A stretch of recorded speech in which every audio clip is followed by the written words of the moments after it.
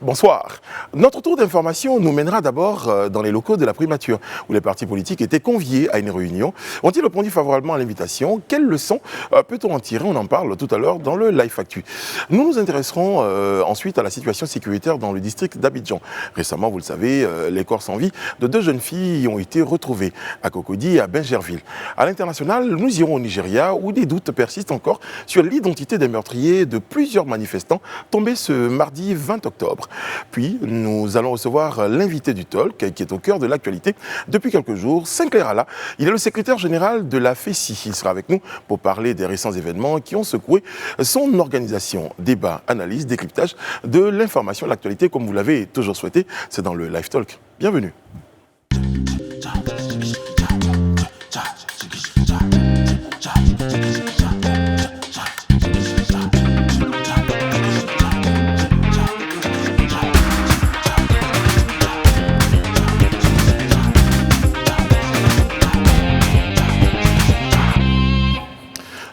Petite revue des troupes ce soir, avant de commencer ce rendez-vous. Monsieur Serge Kouachi, vous allez bien? Ça se passe bien? Très bien, merci beaucoup, très bien. Ça va, merci. Rihanna, si. Bonsoir Brice. Très belle robe. Merci beaucoup. Avec les... Dans mon quartier, ça s'appelle les Ernesto Djedje. Ah, oui, okay. les manches. C'est comme ça que ça s'appelle. J'ai cherché un nom.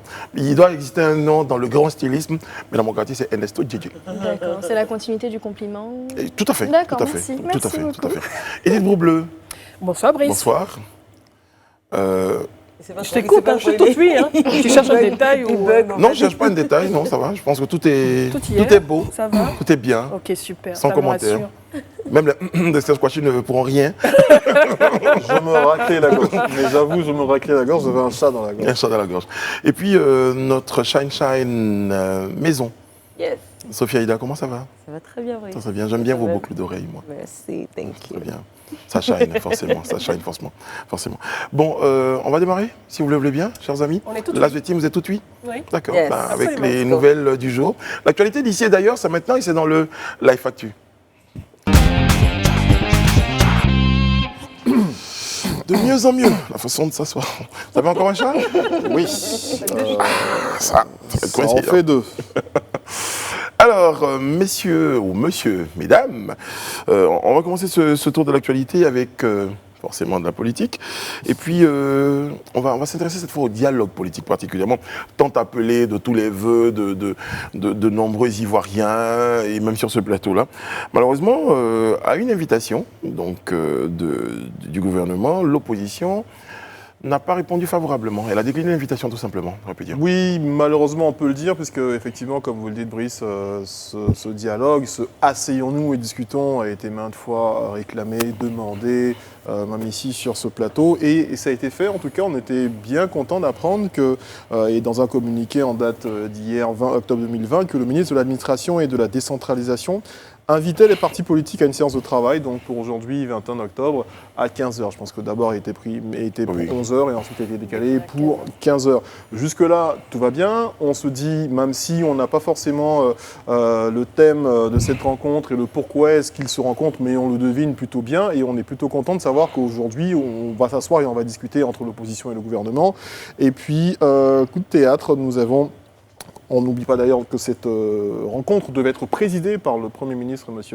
Ahmed Bakayoko. Et puis, dans la journée, aujourd'hui, il y a eu une conférence de presse, donc ce 21 octobre, des plateformes de l'opposition qui ont indiqué qu'elles ne sauraient participer à une rencontre sous la présidence d'un quelconque membre du gouvernement. Ouais. Voilà. Donc, ils ont décliné l'offre tout simplement du gouvernement pour cette discussion, cette négociation autour d'une table. Et elles ont également précisé, ils ont des vœux. Tout à fait. Elles ont précisé, en fait, elles ont expliqué déjà.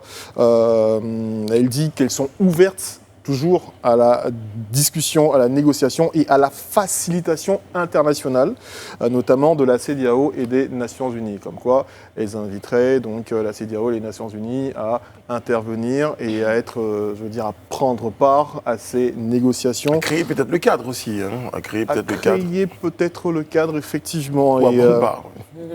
Arbitré. Ce cadre peut être créé et mis en place par une solution ivoirienne, on va dire. Je veux dire, on n'a pas besoin forcément de l'implication de l'opinion internationale et de la CEDEAO pour pouvoir résoudre des problèmes. C'est ce qu'on a toujours Mais la souhaité. première chose que ça laisse transparaître, c'est quand même qu'il y a une crise de confiance. politiques. Il y a une crise de confiance, visiblement. En tout cas, Mais la perche est tendue de toute façon. La perche est tendue. Déjà, ça, c'est un pas en avant. On l'avait souhaité. Maintenant, qu'est-ce qu'on constate? C'est qu'on n'arrive peut-être pas pour l'instant, comme vous dites, à cause de cette crise de confiance, à discuter entre nous. Donc, il faudrait forcément quelqu'un, selon l'opposition en tout cas. Ils ont même ciblé cette personne-là, qui serait le président ghanéen, donc Nana Akufo-Addo, président d'exercice de la CEDEAO. L'opposition donc l'a appelé à prendre toutes les dispositions pour qu'une mission véritablement engagée en faveur de la crise ivoirienne lui soit adressée dans le cadre de la CEDEAO et de l'Union africaine. Véritablement engagé, ça veut dire quelque chose, ça. Véritablement engagé, effectivement. Et ce qu'il faut préciser, c'est que dans leur communiqué, ils disent qu'ils ne souhaitent pas que cette médiation soit faite par, en griffe, un quelconque membre du gouvernement. Et ils demandent à ce que cette médiation soit portée, vu l'appel qu'ils lancent à Nana Akufo-Addo, donc qui est le président en exercice de la CEDEAO. Je pense que c'est une manière de dire qu'ils veulent absolument que cette médiation ait pour personne principale, en tout cas intervenant principal, le président de la République. Finalement, les mots sont mal choisis, la démarche peut-être n'est pas la bonne, mais on a l'impression que c'est surtout ça qui est dit. C'est pas ce qu'on lit, c'est pas ce que je viens de vous partager comme information pour l'instant. Et moi, en essayant d'imager, j'essaie de comprendre un peu cet appel de l'opposition. C'est une analyse. La mienne, c'est la suivante. Je me dis, quand deux frères s'affrontent, quand deux frères sont en bagarre ou en palabre dans une famille, parce que ça peut arriver, on appelle l'oncle. On appelle l'oncle ou on appelle le père, mais le grand frère peut-être qui se sent insulté ou le petit frère qui se sent insulté voudra peut-être pas forcément régler ce problème-là, surtout s'il considère qu'il est grave, rien qu'avec son frère. Il aimerait bien avoir une autorité. En tout cas, la CEDEAO est débordée en ce moment. On a le Nigeria également qui vit une crise, qui lui fait appel également. Donc... Oh, mais on le dirait... Ils ont un peu de boulot quand même. On se demande bien qu'est-ce qu'ils y font. Oui, ils n'ont plus le temps de se reposer. Voilà. Avec le Mali. Mais c'est bien de voir que tous ces pays en crise comptent sur la CEDEAO. Ça veut véritablement dire qu'il y a quand même la confiance qui est établie. En tout cas, retenons juste que la perspective d'une discussion, d'une porte ouverte à la discussion existe. Oui. Donc, et ça c'est tant mieux, j'ai envie de dire. C'est déjà un pas. Ouais, c'est déjà un pas. Puis dans le district d'Abidjan, rien ainsi macabre constat ces derniers jours. Oui, alors on va dire dans l'élan de toutes ces manifestations, on a pu déplorer, enregistrer 2 cas donc de décès. Mais ce qui attire notre attention, c'est que ce sont des meurtres de jeunes filles donc, qui inquiètent un peu la population. Alors le premier a été enregistré le 13 octobre, donc c'est le corps d'une jeune fille de seulement une vingtaine d'années. Ça peut être un peu dur quand même. Ah oui, âme sensible, s'abstenir. Alors, c'est le corps d'une jeune fille d'une vingtaine d'années environ qui a été découvert dans une broussaille du quartier Savane de Bingerville, qui est, on va dire, une banlieue d'Abidjan. Et puis, selon Police Secours, les enquêteurs affirment que la victime aurait été violée avant d'être étranglée. Donc, c'est un sort terrible. L'enquête de police suit son cours, justement pour situer les responsabilités de cette nouvelle affaire. Et puis, tout récemment, donc ce week-end, le 18 octobre, c'est cette fois-ci à Cocody, donc que le corps d'une jeune fille encore a été découvert sous un hangar autour de 23h à la Rivera 2, donc dans le dos de l'espace Allocodrome. Et citant la police, le quotidien indique que la victime a fait l'objet de viols et d'étranglement, donc jusqu'à mort. Et donc c'est vraiment terrible. Donc là encore, la police poursuit son travail, les enquêtes sont en cours. Le dossier est ouvert et on attend de savoir à qui la responsabilité. Mais en tout cas, ces 2 âmes de jeunes filles, donc très très jeunes, qui s'en sont opératoire parce que étranglée et violée et étranglée par la suite. Et donc c'est le lieu d'appeler à la vigilance de tous, notamment la nuit, parce qu'on ne sait pas ce qui se passe, parce qu'on voit bien que c'est des corps qui sont découverts en journée, donc comme si ça s'était passé le soir. Est-ce qu'il n'y avait pas eu, il y a quelques jours également, une autre découverte d'une dame chez elle, je pense, une actrice, c'est ça, de la série Ma famille, un peu dans assassinée aussi. Assassinée également. Ouais. Donc ce ne sont pas des bonnes nouvelles, en tout cas, et c'est le lieu, comme je le disais, d'appeler à la vigilance de toute la population, et pas seulement des jeunes filles, de femmes, même d'hommes, pour dire que voilà, il faut faire très attention dans cette période. L'enquête qui est en cours, qui est en train d'être menée, puisse vraiment permettre de pouvoir capturer les auteurs de ce crime. À l'international, Sophie Aïda, vous avez des nouvelles. Ouais, j'ai idée de nouvelles nouvelles. Vous avez des nouvelles pour nous concernant les manifestations? Oui, justement, au Nigeria, donc on en a parlé sur ce plateau du mouvement End SARS. Depuis 2 semaines, des manifestants protestent contre cette unité ou cette brigade de répression de vol au Nigeria.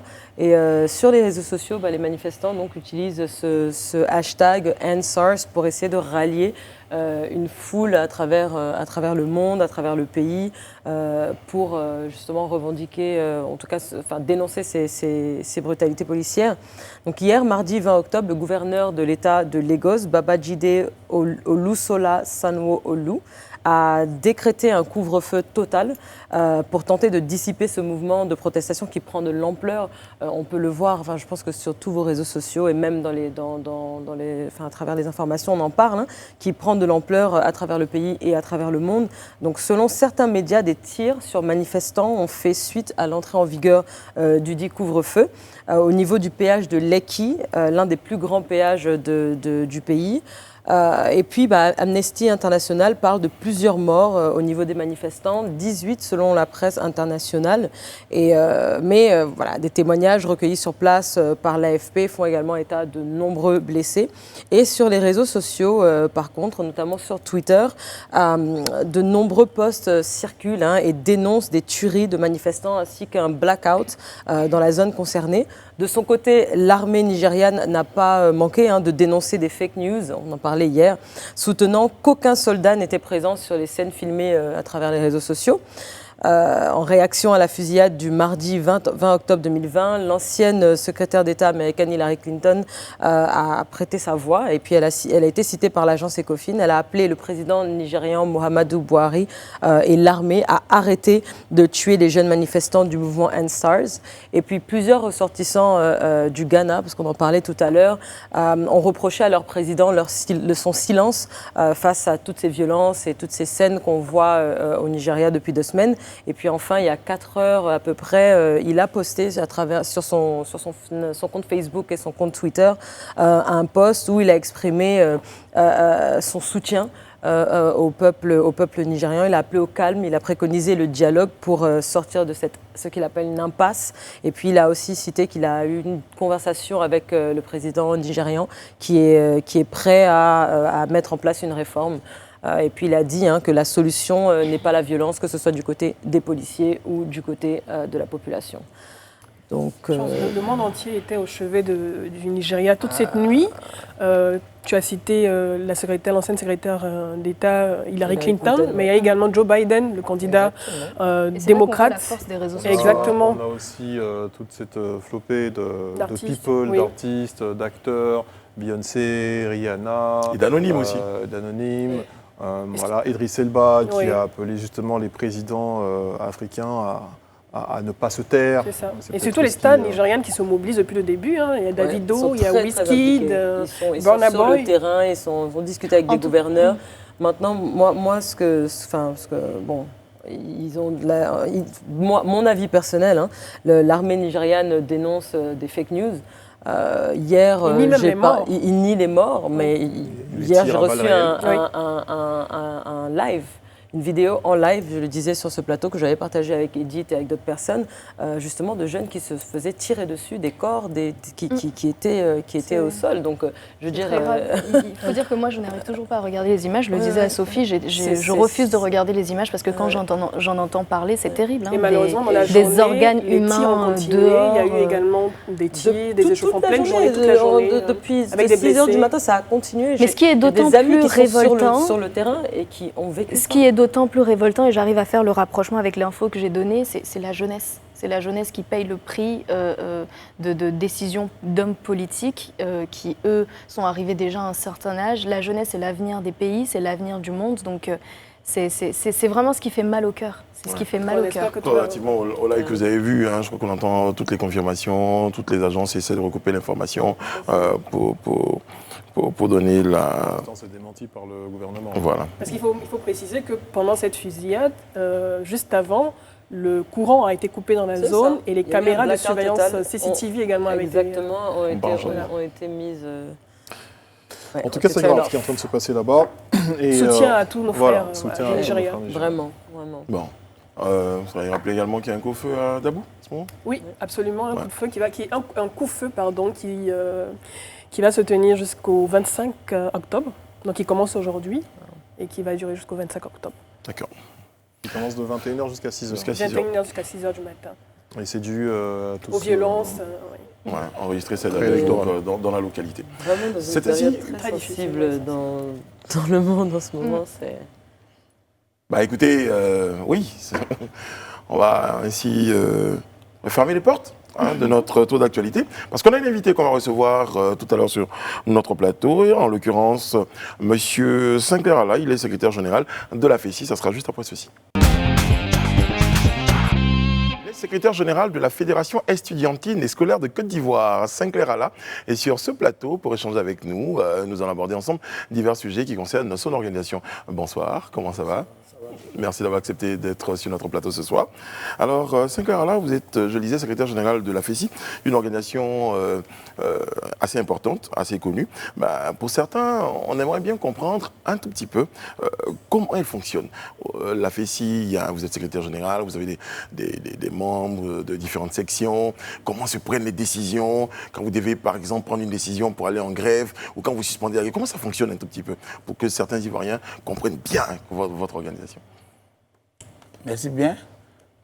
Comme l'avait dit, c'est Sinclair Alla, secrétaire général de la Fédération estudiantine et scolaire de Côte d'Ivoire. Donc, la FESI est composée de plusieurs instances. Il y a le Congrès, il y a l'Assemblée générale, il y a le Bureau exécutif national, il y a la coordination, il y a les sections. Il y a les conseils syndicaux. Voici les instances de la FESI. D'accord. Hier mardi, de violents affrontements, en tout cas, ont eu lieu au sein de l'université de Cocody.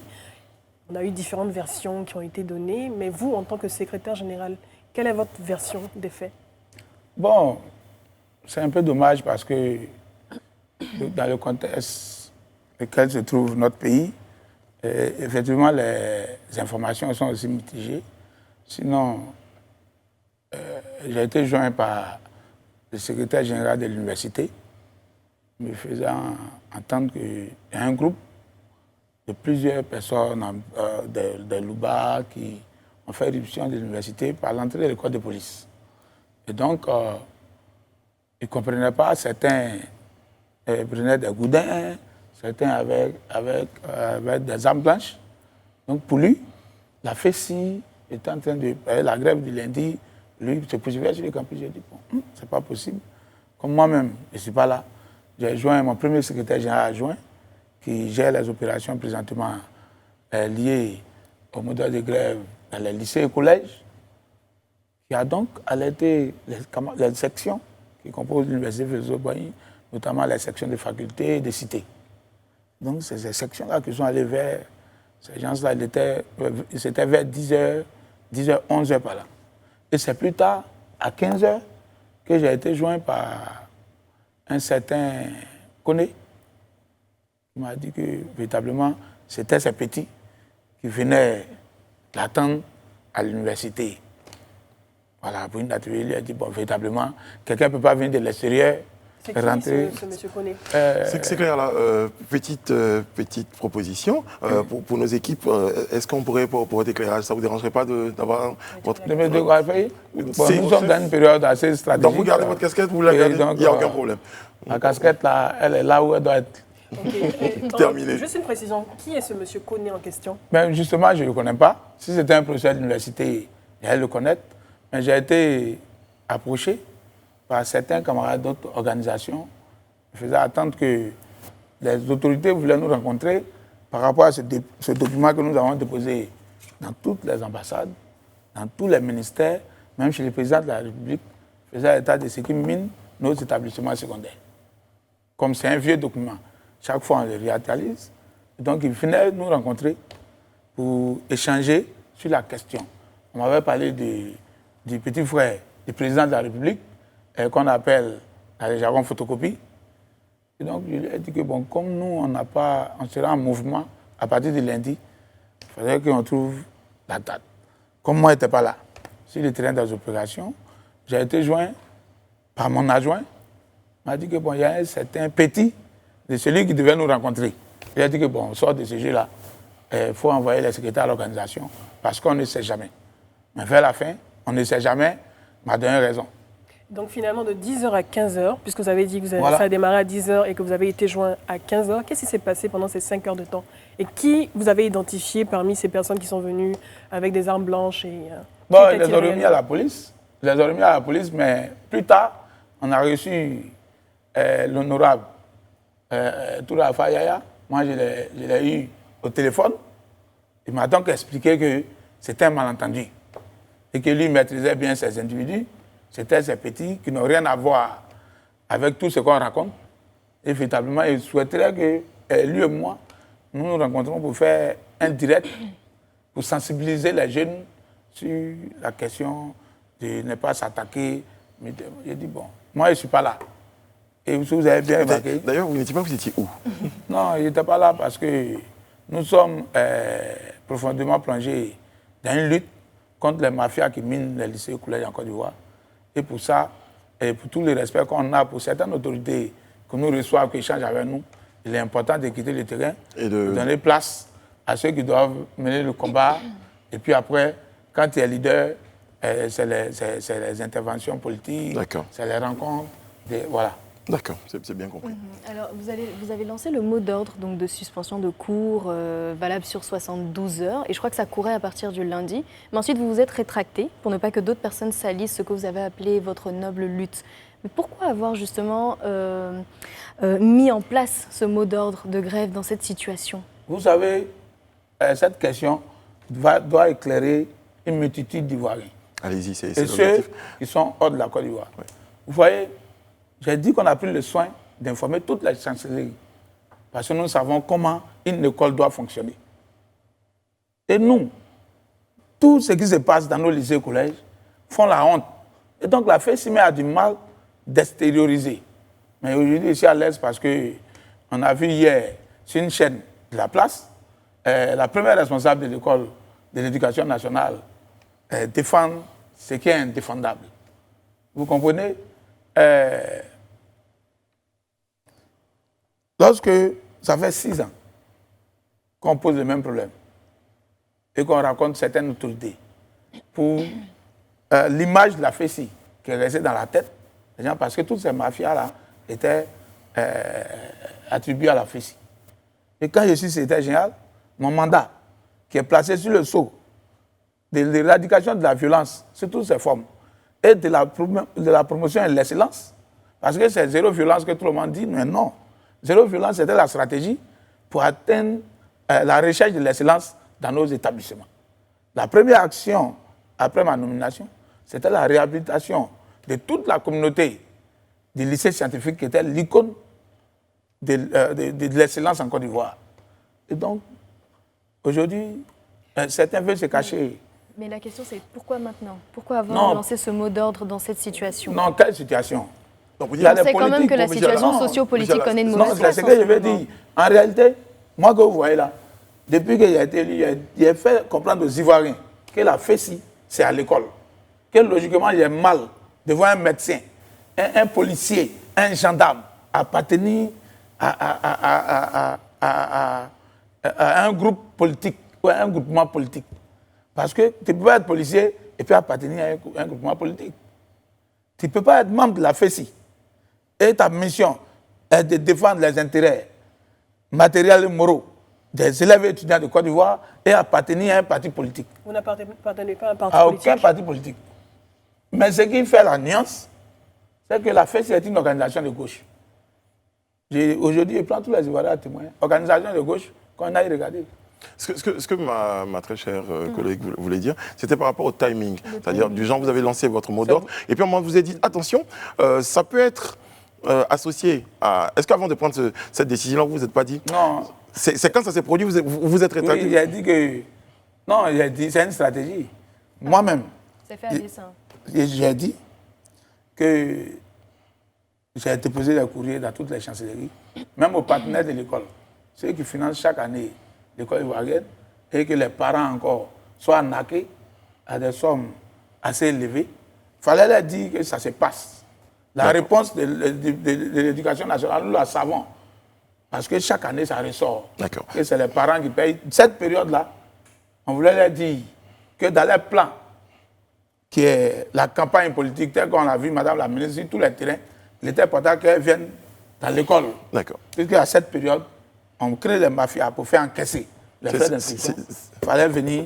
Donc c'était une stratégie. C'était une stratégie, on va retenir ça, monsieur. On a compris que c'était une stratégie dans le temps, c'est bien de nous avoir éclairé là-dessus. Par contre, vous avez levé le mot d'ordre de grève. Non, pas levé. Il a suspendu. Suspendu. Pas levé le mot Vous l'avez d'ordre. suspendu pour l'instant, pour laisser place aux négociations. Où est-ce que nous en sommes avec ces négociations, justement? Ok, bon, c'est le lieu de remercier le Premier ministre. Voilà, parce que nous sommes face à une situation où hier on a bien compris la posture de Madame la ministre, qui a estimé que le gouvernement, dans le temps, a dit que la FESI ne doit pas exister dans les lycées collèges parce qu'à 21 ans, on ne peut pas appartenir à une situation. Mais ce que je veux dire en Côte d'Ivoire ici, à 18 ans, on vote. Et donc, comme elle a dit, de regarder dans tous les lycées de Côte d'Ivoire, moi aussi j'invite les Ivoiriens à regarder dans tous les lycées de Côte d'Ivoire, voir le nombre d'élèves qui ont 18 ans, vers qui on va sensibiliser pour aller voter les candidats. Mais en fait, il ne faudrait pas déplacer les problèmes. Exactement. Le problème est réel. Ce n'est pas une question de 21 ans ou de 18 ans. C'est une question de mafia organisée où on demande à la ministre de prendre une décision ferme. Si elle n'arrive pas à prendre, il ne faudrait pas qu'elle cherche des faux fiants. D'accord. Mais ça nous avance à quoi aujourd'hui? Est-ce qu'il y a une décision? Est-ce qu'on est sur Oui, si nous avons rencontré le Premier ministre, parce qu'on a fait le courrier, on a envoyé au président de la République, il a dit que le document lui a été imputé. Nous, on veut lui dire merci déjà parce qu'il n'est pas rentré, parce que vous voyez, on lance un mot d'ordre. Et puis, il y a des vagabonds, comme on le dit à Djamé, à l'université. Mais ce que je vais vous dire aujourd'hui, des responsables des lycées et collèges, de la FESI, sont agressés par des jeunes se réclamant du RHDP. Ça s'est passé à Tumodi, ça s'est passé à Dembokro, à Bondoukou, là, mais c'était sur la toile où le coordinateur élève était couché par terre et un responsable du RHDP avait son pied sur sa tête. On a des images pour prouver ça? Oui, si, c'est sur Facebook partout. C'est sur la toile. D'accord. Et donc, vous comprenez que nous, notre mission, c'était de dire aux gens que l'école, là, il y a problème. Mais même quand tu es un parti au pouvoir, pour ce qui est bon, tu dois faire tout ce qui est bon pour la majorité. La majorité, c'est nous les pauvres. D'accord. Monsieur Alla, de toute façon, hein, vous dites des choses, vous avez assumé, vous avez avancé des propos que vous assumez certainement parce que vous avez les preuves de ce que vous dites. Moi, je veux revenir à la question, c'était où en sont les négociations? Est-ce qu'il y a une nouvelle date? Vous avez trouvé une date avec les autorités pour trouver des solutions? Oui, bon, pas avec les autorités, parce que la FESI a ses instances. On a dit que l'Assemblée générale, c'est la plus... Après le Congrès, c'est la plus grande, c'est là-bas qu'on prend toutes les décisions. Pour nous, il fallait passer à l'action pour interpeller. Et aujourd'hui, tous les parents d'élèves sont avec la FESI. Est-ce que vous avez été approché par votre tutelle? Non, jamais. Parce qu'elle ne peut jamais approcher la FESI, puisqu'elle a dit qu'il faut avoir... avoir... préciser le nom? Non, Madame Kandia Kamara, ministre de l'Éducation nationale. Mais le Premier ministre de la République de Côte d'Ivoire a reçu une délégation de la FESI qui était composée de 12 membres du bureau national. Et ensemble, nous avons échangé, ouvert les débats. Et donc, l'Assemblée générale qui était prévue pour aujourd'hui, mercredi, nous lui avons dit, comme c'est hier seulement que nous sommes rentrés à Abidjan, avec tout ce qui se passait, que nous avons commencé à échanger, l'Assemblée générale, on la remet à samedi. Samedi, tout près là, pour que, après tous les avancées de ce document que vous voyez, qui ne contient que 2 points, il est important que la victoire soit celle des élèves de Côte d'Ivoire. Je vais venir à vous et poser une question directe, monsieur Alla. Selon vous, aujourd'hui? Quels sont les problèmes selon la FESI? Quels sont les vrais problèmes de l'école ivoirienne? Quel est ce système mafieux-là? Vous savez, nous sommes en Côte d'Ivoire, bon, comme vous êtes des journalistes de la presse, bon, c'est que les COGES, les cotisations exceptionnelles, c'est quoi? En Côte d'Ivoire, pour éviter les frais d'inscription anarchiques qui variaient d'un lycée à un autre, le gouvernement a pris une mesure et c'est homologué. C'est 6 200 francs. Les 6 200 francs sont composés de différents appuis et aux COGES, aux opérateurs. Vous comprenez? Il y a ici le document où les COGES, dans les 6 200 francs, que tous les affectés dans les lycées publics, même école primaire, c'est 1 700 francs qui sont reversés aux COGES pour leur fonctionnement. Pour les opérateurs Orange, MTN, Move, 1000 francs, dans les mêmes 6 200 sont reversés. Le ministère a sa part, les proviseurs, c'est là. Il y a le Fonds national de l'école qui est de 200 francs. D'où vous tirez ces informations? C'est la FESI. Bon, c'est au ministère qu'on prend. Voilà, et c'est structuré. Donc, dans le bon fonctionnement de COGES, normalement, de l'école, normalement, c'est comme ça que c'est structuré. Et vous avez constaté qu'il y a des frais supplémentaires, des frais annexes qui ne sont pas dans et à côté de ça, maintenant, le COGES maintenant s'érige à autre chose. Où vous voyez ici une inscription à la Béni. À la Béni, à Djamé Marché. Ça fait 20 000 francs, plus 5 000 francs, 25 000. Vous comprenez? Ce n'est pas payé au lycée. Et en même temps, les parents, qu'on raconte, ils disent que c'est un système qui est imposé à eux. Le ministère ne reconnaît pas ça. Donc, la position de la FESI est laquelle? On dit que dans le flou, on ne peut pas savoir ce qui se passe. Donc, on a demandé à Madame la ministre de suspendre. Parce que, pourquoi suspendre? Mais dans les lycées comme Konajiri, où les frais de COGES sont à 25 000 francs, un parent qui a 5 enfants, parce que vous savez que dans les recoins, les gens n'ont pas beaucoup d'activités, ils ont beaucoup d'enfants. Mais ça empêche, malgré que l'enfant est inscrit, ces frais de COGES-là l'empêchent d'avoir droit d'avoir accès aux salles de classe. Et donc ça, c'est une mesure obligatoire. Et donc nous, on a demandé au gouvernement, bon, si les COGES-là, c'est bon. Il faudrait qu'on puisse associer pour dire aux parents, bon, désormais au lycée de Cocody qui est à côté ici, faites les 20 000 francs là, plus les 6 200, ça fait 26 000. C'est les frais d'inscription. Vous voulez que ça soit clair, en fait. Clair. D'accord. Et Revenons sur un point de vos revendications, la réintégration des milliers d'étudiants qui sont, d'élèves en tout cas, qui sont soupçonnés respectivement de fraude au bac de 2019 et 2020, des actes de fraude que vous avez pourtant condamnés via un communiqué diffusé par voie de presse après la proclamation des résultats en juillet 2020. Pourquoi vous défendez aujourd'hui une cause que vous avez condamnée hier? Ok, merci. On ne défend pas une cause qu'on a condamnée. On a sensibilisé les élèves à sortir des systèmes de fraude. Mais sur la base de présomption, on ne peut pas empêcher un élève en classe d'examen de faire 3 ans sans passer. Présomption, c'est quoi? Ça veut dire qu'on n'est pas certain que le monsieur a commis le préjudice. Vous mettez en doute la décision de la tutelle? Non, mais c'est la tutelle même qui dit que c'est une présomption de fraude. On n'a pas dit que quelqu'un a été pris en flagrant délit. En fait, c'est ça qui est le problème. Nous, on dit, lorsqu'on arrête quelqu'un en train de frauder, il faudrait que la loi s'applique à lui. Okay. Mais on ne peut pas prendre 20 000 personnes. 10 000 personnes ont dit que le correcteur, là, il a mis copie conforme. Un seul correcteur a un examen national. Il y a un problème. Il y a des enquêtes en ce moment qui sont en cours. Mais les enquêtes qui sont en cours, là, ne doivent pas empêcher l'élève de partir à l'école. Pour l'année dernière, les parents et la FESI ont saisi un cabinet d'avocats. On a demandé les preuves, que les copies sortent, qu'on appelle les correcteurs. Mais malheureusement, le ministère a fait un balai où on a invité toute la presse et M. Kourouma s'est assis là pour dire que la faute revenait. M. Kourouma, c'est l'inspecteur général de l'éducation nationale. Que la faute revenait aux parents qui achetaient des portables, smartphones pour leurs enfants. Que ça, c'est des bacs WhatsApp. Mais c'est une honte pour l'école ivoirienne. C'est ça qui est le problème.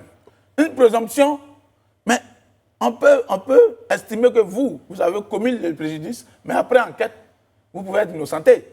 Mais pourquoi faire 3 ans, empêcher quelqu'un 3 ans en classe de terminale, il ne passe pas l'examen, il est là. Qu'est-ce qu'il devient dans la société? La société même doit combattre ce système. Donc les fraudeurs de 2019, les présumés fraudeurs n'ont toujours pas eu d'informations définitives sur leur cas. Non. Parce qu'on leur a donné des collantes, ils ont mis des chiffres fraudes. Nous avons ici, ouais, c'est ici, on a tout. Okay. En tout cas, vous êtes bien documenté. Vous avez vu? Voilà comment la collante se présente. C'est mis dessus fraude. 0, 0, 0, 0, 0. Bon, même EPS, épreuve physique, quand quelqu'un il est parti faire, il a eu 15. C'est où il a fraudé ici, et puis on lui donne 0 partout. Et comment vous comptez régler leur situation actuellement? Ceux de 2019 et ceux de 2020? Nous, c'est pour tout ça qu'on a bloqué. Ça fait partie d'un point de revendication de votre... Oui. C'est le second point. Vous avez vu qu'il y a l'enseignement supérieur en Côte d'Ivoire, il y a l'enseignement professionnel technique. En Côte d'Ivoire, il y a l'enseignement secondaire. Nous avons pris 2 points parce que nous avons trouvé que c'est flagrant et que le système n'est pas bon. Parce qu'aujourd'hui, le monde entier lutte pour que le maximum ait le droit à l'éducation. Mais on ne peut pas être dans un système où on empêche la majorité d'avoir le droit à l'éducation. Alors moi j'aimerais revenir sur une question. Donc on avait vu circuler sur les réseaux sociaux des vidéos qui montraient un peu les conditions de vie dans lesquelles vivent, on va dire, les étudiants qui sont logés en cité universitaire. Qu'est-ce que vous pouvez nous dire sur ce sujet? Non, mais c'est une honte pour la Côte d'Ivoire. Parce que, vous savez, hier les inscriptions étaient à 6 000. 6 000 francs à l'université. Parce que tous les jours, je reviens sur la question d'inscription pour comprendre. Les inscriptions étaient à 6 000.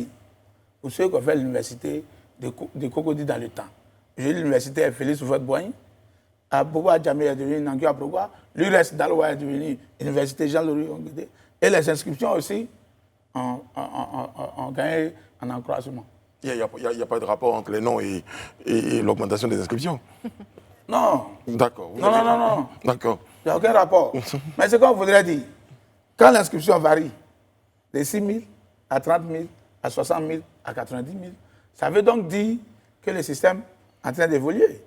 Mais malheureusement, hier, la capacité d'accueil en termes de dortoir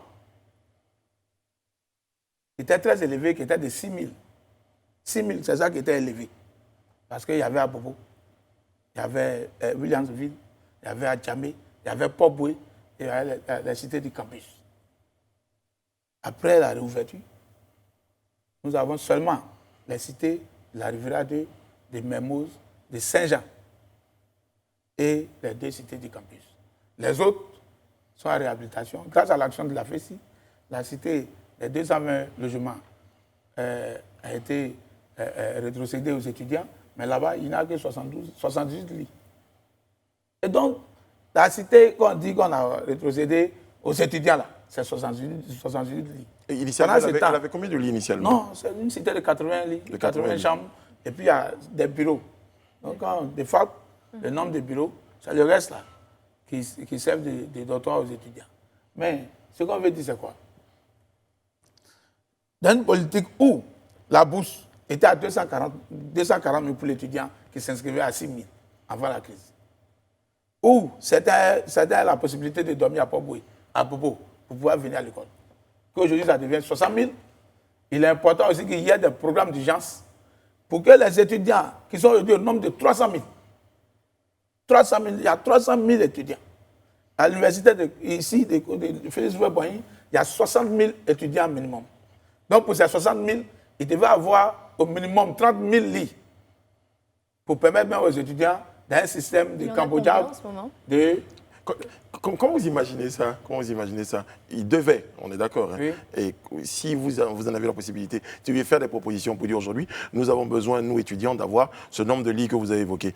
Et on vous pose la question, quelles solutions vous proposez, par exemple, pour qu'on ait ces 30 000 lits-là? Ça existe des solutions? Non. La FESI a imaginé des solutions? La FESI a fait appel pour Nangui Abrogwa, là où elle parlait, où les filles dorment dans les amphithéâtres. Elles prennent la douche dans les gazons, dans la pelouse comme ça. Elles gardent leurs affaires dans les toilettes de l'université. Nous avons écrit à des ONG pour faire la constitution de 2000 lits à l'université Nangui Abrogwa. D'accord. Comprenez un peu? C'est ce que nous avons compris. C'est ça que nous appelons la contribution communautaire. Parce que nous avons compris que l'université, c'est l'affaire de tous. De tous. Justement, là, on est en train d'entamer quelque chose qui est assez important. Vous êtes élu pour un mandat de 2 ans, donc depuis 2019, vous êtes à la tête de la FESI. Est-ce qu'on peut faire un bilan à mi-parcours pour citer justement toutes ces actions-là? Oui. Vous savez, j'ai dit tout à l'heure que mon slogan, c'est zéro violence pour la promotion et l'excellence. Ma première activité, c'était un colloque international, parce que nous étions à un séminaire à Ouagadougou, où il y a eu la bagarre d'une université de la sous-région, il y a eu 2 étudiants décédés. J'ai donc appelé tous les camarades de la sous-région, Bénin, Mali, ici, et le thème, c'était les techniques, les systèmes d'éradication de la violence dans les systèmes universitaires scolaires. C'était la première action. La seconde action, c'était la mobilisation autour de la réhabilitation des lycées scientifiques, icône de la promotion de l'excellence en Côte d'Ivoire. Et où est-ce qu'on en est à ce niveau-là? Le ministère nous a fait croire nous a laissé entendre que l'AFD avait apporté le financement intégral. Et donc, tous ceux qui aimaient les lycées scientifiques à qui on avait demandé d'envoyer pour d'autres un sac de ciment, un paquet de ciment, pour d'autres un pot de peinture, au proviseur, pour que les COGES, parce que les COGES, fondamentalement, là, ils sont là pour assister le proviseur dans sa gestion. Ils ne sont pas des collecteurs de fonds. Ils ne sont pas des propriétaires de machines à escroquer. C'est bien compris. Et donc, c'était la seconde action.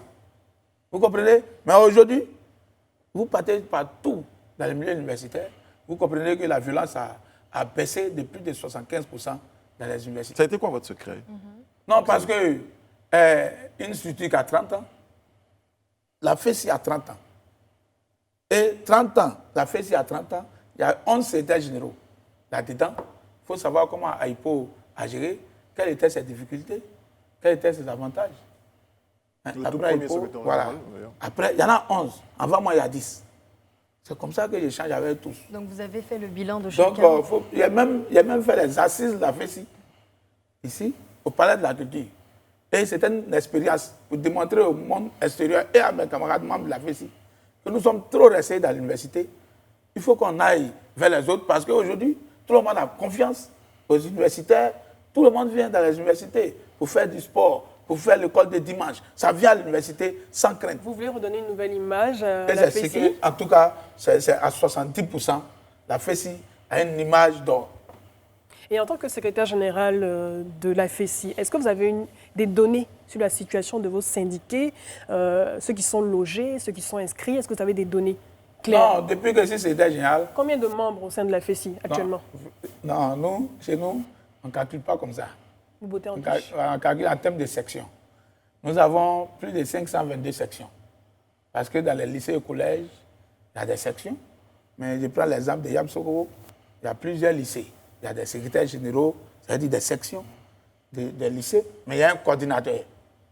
Le coordinateur est le représentant du bureau exécutif national dans la région des Lacs. Et combien sont inscrits actuellement à l'université? Non, tout le monde est inscrit.